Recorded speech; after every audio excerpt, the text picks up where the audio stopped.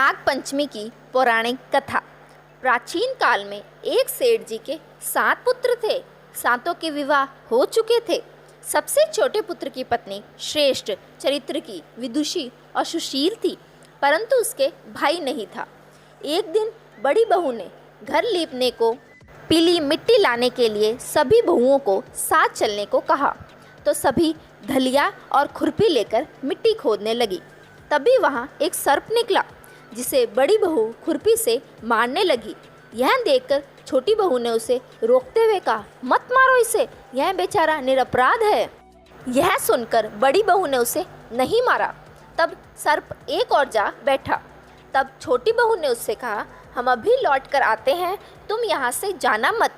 यह कहकर वह सबके साथ मिट्टी लेकर घर चली गई और वहाँ कामकाज में फंसकर सर्प से किया जो वादा था उसे भूल गई।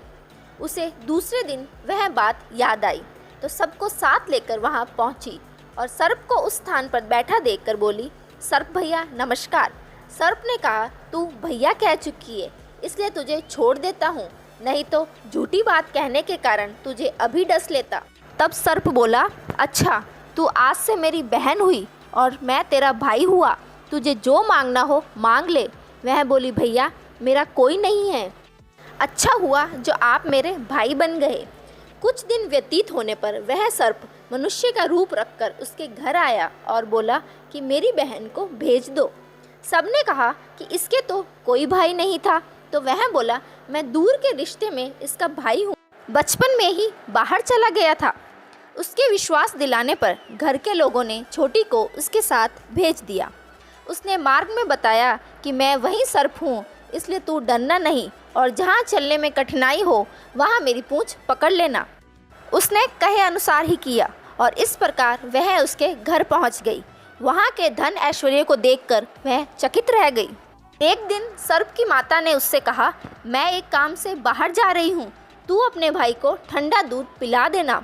उसे यह बात ध्यान न रही और उसने गर्म दूध पिला दिया, जिससे उसका मुंह बुरी तरह से जल गया।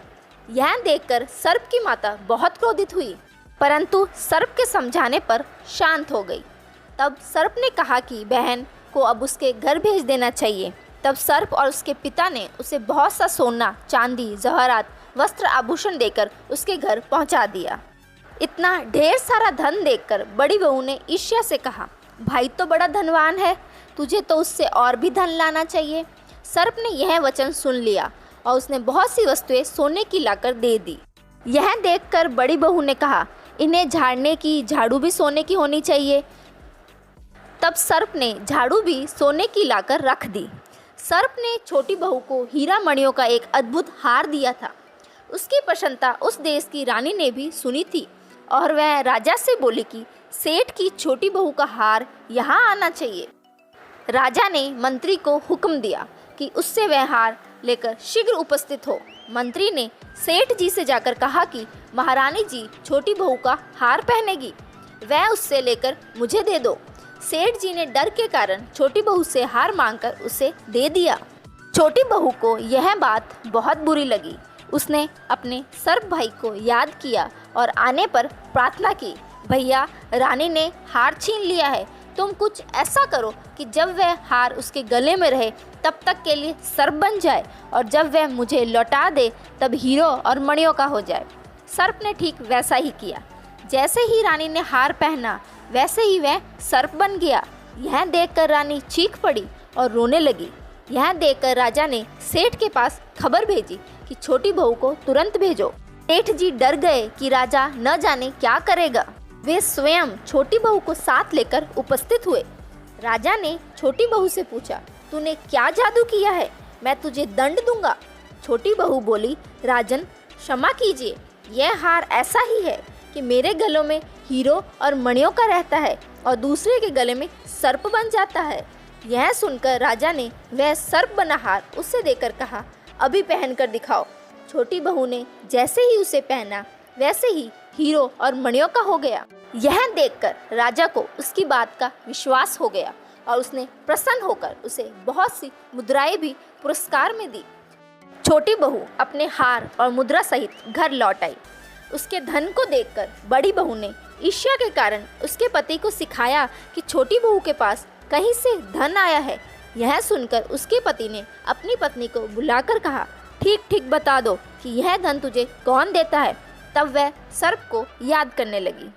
तब उसी समय सर्प ने प्रकट होकर कहा, यदि मेरी धर्म बहन के आचरण पर संदेह प्रकट करेगा तो मैं उसे खा लूँगा।